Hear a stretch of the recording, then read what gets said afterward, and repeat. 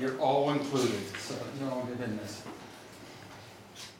First of all, I'd like to do, before I really start getting into this, well, there's two things I'd like to do. First, I want to read a little quote to you because this is probably the most boring part of the speech, and you're still wide awake now. So I'll read this first because I think it's important, but you have to follow it a little bit, and I am reading it. It's from a guy that knows a little bit about energy. It's from Thomas Edison.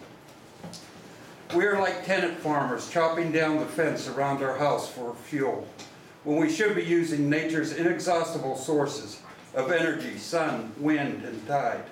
I'll put my money on the sun and solar energy. What a source of power. I hope we don't have to wait till oil and coal run out before we tackle that.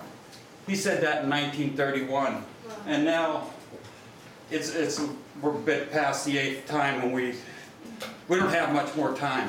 We do have to tackle this. He was talking about it in 1931. He's a very smart guy, Thomas Edison. Okay, but now that I got that out, I wanted you to hear that quote in case it hit you.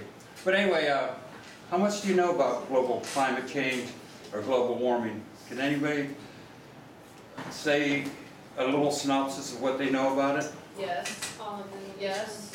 I will call on someone if one of y'all doesn't volunteer. Harris's volunteer over here. Okay, well that's very brave of you, Jen, an 8th grader. Good job. Okay, so I think that has to do with like the ozone layer melting, probably. Well, actually, it's the greenhouse effect. A lot of people get confused with the ozone layer thing, but the ozone layer is a different problem. This is more involved with the greenhouse effect. Anybody else? What do you know about it? That sometimes it has to do with the methane gas and other pollutants that go up in the air, like toxic, and it eats away at the atmosphere or something like that. Okay, you got the first part of it right. It does have to do with methane. Methane gas is one of the things that is causing it. Anybody else have a contribution about it? CO2 emissions smelt in the atmosphere and trap sunlight in the atmosphere, making it warm. Exactly. That's the key part of it, the CO2. But the methane plays a big part in it too. The fact that we talk about CO2 most of the time, though, is because there's more of it, and we can do more about it. But since you brought up methane, oh, excuse me. Do you have somebody else have more to contribute? Say what you want to say. Go ahead. Come on, Sorry. Give us a little. So gases such as carbon dioxide, methane, COCs are in the atmosphere, and when the sun hits them, they heat up, and the heating up of the atmosphere,